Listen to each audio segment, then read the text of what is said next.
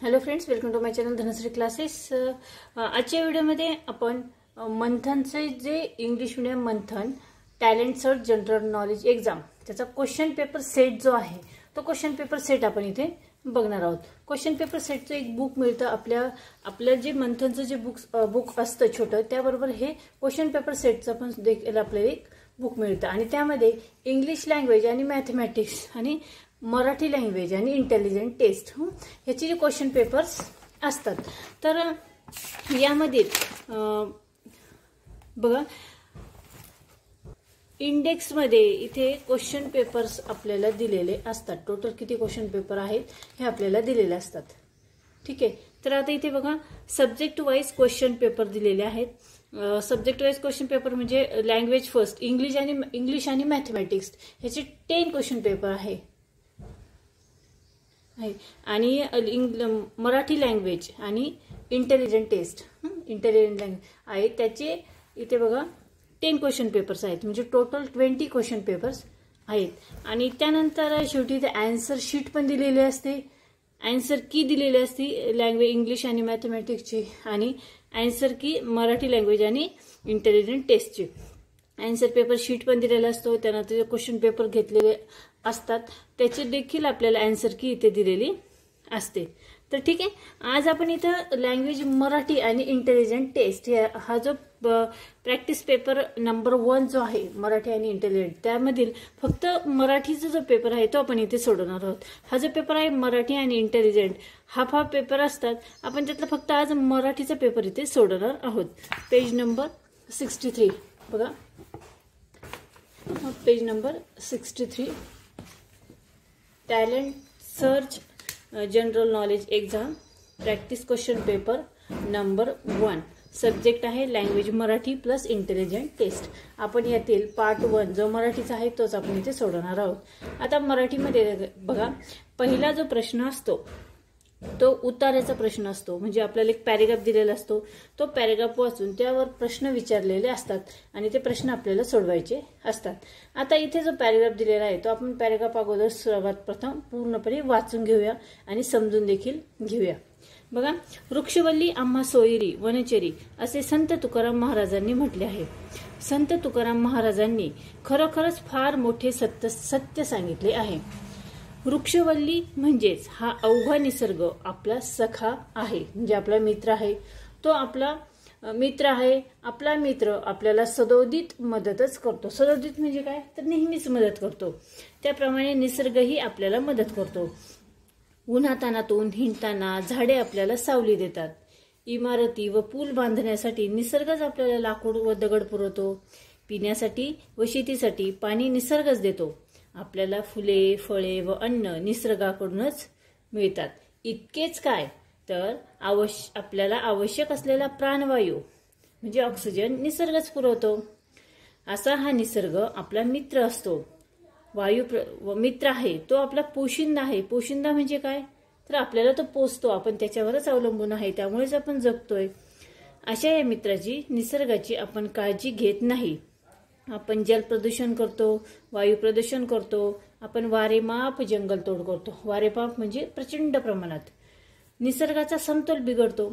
निसर्गाचा समतोल नष्ट झाला तर आपण जगूच शकणार नाही, ठीक आहे। तर असं झाडाबद्दल इथे माहिती दिलेली आहे आणि वने ही किती महत्वाची आहेत हे देखील या पॅरेग्राफमधून आपल्याला सांगितलेलं आहे। पॅरेग्राफ हा क्वेश्चन पेपर सोडवताना व्यवस्थित अगोदर वाचून घ्यायचा आहे, त्याचा अर्थ समजून घ्यायचा आहे आणि त्यानंतरच त्यावरील प्रश्न सोडवायचे आहेत। आता यामधील जो पहिला प्रश्न आहे बघा, खालीलपैकी कोणती गोष्ट आपल्याला निसर्गाकडून मिळते। 4 ऑप्शन दिलेले असतात, त्या 4 ऑप्शनपैकी जो योग्य पर्याय आहे त्या पर्यायावरती आपल्याला टिक करायचं असतं। आता इथे बघा 4 ऑप्शन दिलेले आहे की पिण्यासाठी व शेतीसाठी पाणी मिळते, फुले फळे व अन्न मिळते, आवश्यक असलेला प्राणवायू मिळतो आणि सर्व पर्याय बरोबर। आता या पॅरेग्राफमध्ये आपल्याला हे 3ही सेंटेन्स आलेले आहेत, म्हणजे आपल्याला निसर्ग काय काय देतो, पिण्यासाठी पाणी देतो, शेतीसाठी पाणी देतो, त्यानंतर फुले फळे अन्न पण देतो, आवश्यक असलेला प्राणवायू पण देतो, म्हणजे हे सर्व पर्याय काय आहे बरोबर आहेत। म्हणून 4 नंबरचा ऑप्शन आहे सर्व पर्याय बरोबर, त्यावर आपण टिक करणार आहोत, ठीक आहे। पुढचा प्रश्न आहे निसर्गाचा समतोल राखण्यासाठी काय करावे, तर निसर्गाचा समतोल राखण्यासाठी बघा इथे 4 ऑप्शन दिलेले आहेत. पहिला आहे जंगलातील झाडे तोडावीत, हे चूक आहे. वायू प्रदूषण करावे, चूक आहे. जल प्रदूषण करावे, चूक आहे. वारेमाप जंगलतोड थांबवावी, थांबवावी म्हटलेलं आहे म्हणून 4 नंबरचा ऑप्शन आपला बरोबर आहे. ठीक आहे. आता पुढचा जो पॅरेग्राफ आहे, पॅरेग्राफ नाही सॉरी, इथे एक कविता आहे. त्या कवितेवरती आपल्याला खाली प्रश्न विचारलेले आहेत. आता कविता कोणती आहे बघा. 2 होती माकडे थोडेसे वाकडे, त्या दोघात होते 36 आकडे. 1 होती मनीमाऊ करायची म्याव म्याव, म्हणायची मी खेळते उंदराची चाव म्याव. 1 होती मुंगी तिचे नाव चिंगी, चालायची सरळ पण बघायची भिंगी. 1 होते अस्वल काढला त्याने झिरो, आरशात पाहून म्हणतो मीच सिनेमातला हिरो. अशी छोटीशी कविता आहे. 4 छोटे छोटे कडवे इथे दिलेले आहेत. आता यावरती कोणता प्रश्न विचारलेला आहे बघा. सिनेमातला हिरो कोणाला म्हटले आहे, तर 4 ऑप्शन दिले आहे बघा. माकडाला, मनीमाऊला, मुंगीला आणि अस्वलाला. ठीक आहे. तर आपल्याला इथे दिलेलं आहे बघा. 1 होते अस्वल काढले त्याने झिरो, आरशात पाहून म्हणतो मीच सिनेमातला हिरो. मग सिनेमातला हिरो कोणाला म्हटलेला आहे, अस्वलाला. उत्तर आहे अस्वल. पुढचा प्रश्न आहे भांडणे कोणात होती. भांडणे कोणात होती, तर बघा 2 होती माकडे थोडीशी वाकडे, त्या दोघात होते 36 आकडे, म्हणजे त्या दोघांमध्ये भांडणे होती. ऑप्शन नंबर 1 आहे 2 माकडात. पुढचा आहे बघा अनेक सबबी सांगून कामाची टाळाटाळ करणे या अर्थाच्या म्हणीचा योग्य पर्याय क्रमांक शोधा. आता हा 5 नंबरचा जो प्रश्न आहे तो कवितेवरील नाहीये, कारण इथे 3 व 4 प्रश्नच म्हटलेला आहे, कवितेवरील आहे. आता पुढचा जो प्रश्न आहे बघा तो आहे म्हणीचा प्रश्न आहे. इथे म्हण दिलेला आहे अनेक सबबी सांगून कामाची टाळाटाळ करणे. या अर्थाची जी म्हण आहे ती आपल्याला इथे ओळखायची आहे. त्याचं उत्तर आहे न करत्याचा वार शनिवार. कोणतेही काम करायचं नसेल तर उगीच टाळाटाळ केली जाते, त्याला म्हणतात न करत्याचा वार शनिवार. पुढचं आहे बघा खालील वाक्यातील चुकीचे विरामचिन्हे घातलेले वाक्य शोधा. सुधाकरच्या दुसऱ्या भावाचे नाव काय होते. आता इथे हा प्रश्न पाहिजे. इथे काय एक्सक्लेमेशन मार्क आहे, म्हणजे उत्तर चुकीचं आहे. ठीक आहे. म्हणजे आपल्याला हा जो इथे विरामचिन्ह दिलेला आहे हे चुकीचं आहे, कारण इथे क्वेश्चन मार्क पाहिजे होतं.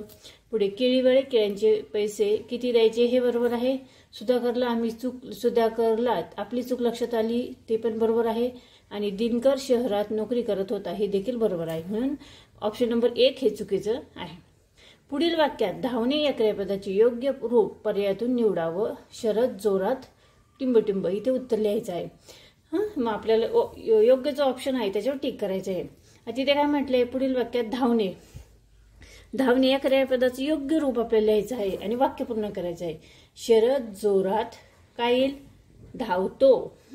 धावते येईल का, नाही. धावावी येईल का, नाही. धावली येईल का, नाही. मग शरद जोरात धावतो, म्हणून ऑप्शन नंबर 2 हे आपलं बरोबर आहे. पुढचं बघूया. प्रश्न क्रमांक 8 खालील वाक्यातील अधोरेखित शब्दासाठी दिलेल्या पर्यायातून योग्य वाक्प्रचार निवडून त्याचा क्रमांक शोधा. वाक्प्रचार आहे बघा. आधी वाक्य वाचूया. समीर व जतीनची खूपच मैत्री होती. खूपच मैत्री असणे म्हणजे मेतकूट जमते. हे ऑप्शन बरोबर आहे. पुढील आहे खालील पर्यायातील वेगळी जोडी कोणती. व्यापारी व्यापारी हे बरोबर आहे. शेतकरी शेतकरी, शिंपी शिंपी, मग इथे काय पंगत पंक्ती, म्हणजे ही वेगळी जोडी आहे. हे ऑप्शन बरोबर आहे आपला. पुढचा प्रश्न आहे पुढील वाक्यातील अधोरेखित शब्दाची जात ओळखा. मी उद्या नागपूरला जाणार आहे. मी हे काय झालं, सर्वनाम झालं. पुढे 11 नंबरचा प्रश्न आहे खालील पर्यायातून भूतकाळी वाक्याचा पर्याय शोधा. भूतकाळ म्हणजे काय, होऊन गेलेला काळ. आता इथे बघा आहे म्हणजे हे काय आहे, वर्तमान काळाचं वाक्य आहे. येणार आहे हे भविष्य काळाचं आहे. मग छापून आला, शेखरचा काल वर्तमानपत्रात शेखरचा फोटो छापून आला, हे वाक्य भूतकाळातील आहे. म्हणजे होऊन गेलेली क्रिया आहे. ठीक आहे. ऑप्शन नंबर 2 आपलं बरोबर आहे. पुढील आहे बघा पर्याय 13 व 14 यासाठी संवाद दिलेला आहे.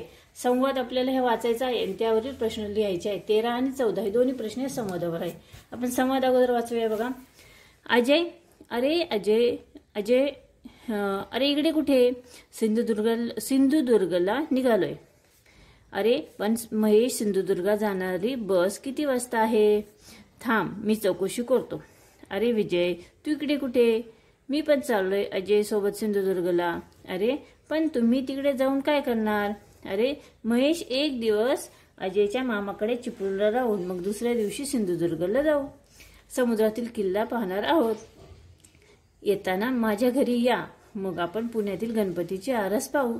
अरे विजय, ती बघ बस आली, निघतो आम्ही. आता हा जो संवाद आहे हा मी फक्त एक रेग्युलरली वाचलेला आहे. तो समजून घेऊन आपल्याला व्यवस्थित वाचून त्यावरील प्रश्न लिहायची आहेत. त्यावर प्रश्न बघा काय विचारला आहे की अजयचे मामा कोणत्या गावाला राहतात. अजयचे मामा चिपळूणला राहतात. कारण चिपळूणला बघा, महेश एक दिवस अजयच्या मामाकडे चिपळूणला राहून मग दुसऱ्या दिवशी सिंधुदुर्गला समुद्रातील किल्ला पाहणार आहे. म्हणजे अजयचा मामा कुठे आहे? चिपळूणला आहे. म्हणून चिपळूण हे उत्तर बरोबर आहे. ठीक आहे, सिंधुदुर्ग हे उत्तर बरोबर नाही. पुढचं आहे बघा, अजय व विजय सिंधुदुर्गला काय पाहणार आहेत. तर सिंधुदुर्गला काय आहे? समुद्रातील किल्ला पाहणार आहे. समुद्रातील किल्ला हे उत्तर बरोबर आहे. 14 नंबरचा प्रश्न आहे बघा, बाद या शब्दाचे विरुद्धार्थी शब्द लिहिताना शब्दाच्या आधी टिंबटिंब अक्षर लिहावे लागेल. आता बाद या शब्दाचा विरुद्धार्थी शब्द लिहायचा असेल तर ना बाद आपल्याला लिहावा लागेल. म्हणजे ऑप्शन नंबर 3 बरोबर आहे. पुढचा प्रश्न आहे 15 नंबरचा, इथे जो फूल दिलेला आहे स्टार त्या जागी कोणते अक्षर भरल्यास उभा शब्द गिरी व या अर्थाचा आडवा शब्द नवरा या अर्थाचा होईल.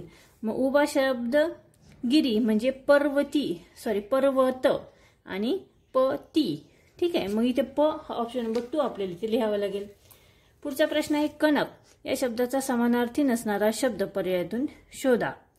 कनकचा अर्थ हेम देखील होतो, सोने देखील होतो आणि कांचन देखील होतो. म्हणजे तीनही समानार्थी शब्द आहेत. म्हणजे समानार्थी नसणारा शब्द येतो सरोज. आणि पुढचा आहे 17 नंबरचा, टिंबटिंब मिठाई या शब्दाचा राहिलेला भाग पर्यायातून शोधून जोड शब्द पूर्ण करा. याचं उत्तर येतं मेवा मिठाई.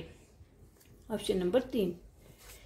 प्रश्न 18 ते 20 रिकाम्या जागी योग्य पर्याय निवडून सुसंगत वाक्याचा परिच्छेद तयार करा असं सांगितलेलं आहे. आता सुसंगत वाक्याचा परिच्छेद म्हणजे हे 3 ते 4 आपल्याला प्रश्न दिलेले असतात. 18, 19, 20 हे 3 जे प्रश्न दिलेले आहेत हे प्रत्येक प्रश्न एकमेकावर अवलंबून असते. हे 3 प्रश्न सोडवण्याच्या अगोदर आपल्याला जो शेवटचा प्रश्न असतो 18 ते 20 सांगितले आहे, तर 20 नंबरचा प्रश्न आपण अगोदर सोडूया. देशाच्या संरक्षणासाठी टिंबटिंब तेल घालून पहारा करण्यास शूर सैनिक चालला होता. कुठे चालला होता? देशाच्या संरक्षणासाठी कोण चाललं होतं? तर सैनिक चालला होता आणि डोळ्यात तेल घालून शूर सैनिक चालला होता. सैनिक इथे आहे. तर आता पुढचा प्रश्न बघा 18 नंबरचा, सुट्टी संपल्यामुळे टिंबटिंब सीमेवर चाललेला होता सैनिक. म्हणजे पहिल्या प्रश्नाचं उत्तर हे 3ऱ्या प्रश्नातच इथे दिलेलं असतं. त्यामुळे 3 नंबरचा प्रश्न आपण अगोदर वाचायचा असतो. सुसंगत वाक्याचा परिच्छेद असा प्रश्न आला तर 3 नंबरचा प्रश्न आपण नेहमी अगोदर वाचायचा असतो. ठीक आहे, आता हे दोन्ही प्रश्नाची उत्तरे आपल्याला मिळाली आहेत. मग मधला प्रश्न घेऊया. घरातल्या व्यक्तींनी त्याला टिंबटिंब दिला. काय दिलं? निरोप दिला. खाऊ दिला असं लिहायचं नाही. ठीक आहे, निरोप दिला. आणि त्यानंतर 21 नंबरचा प्रश्न आहे बघा, खालील वाक्यात अधोरेखित शब्दसमूहासाठी योग्य शब्द कोणता? अधोरेखित शब्द कोणता आहे बघा, आपण अगोदर वाक्य वाचूया.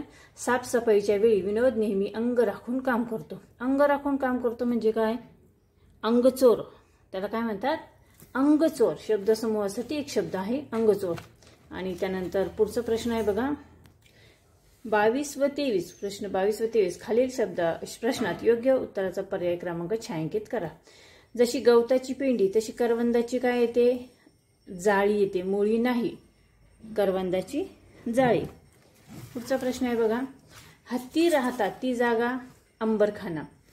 नंतर इथे बघा अक्षरे दिलेले आहेत वेगवेगळे आणि या अक्षरांपासून अर्थपूर्ण शब्द तयार करायचा आहे व मधलं अक्षर कोणतं ते शोधायचं आहे.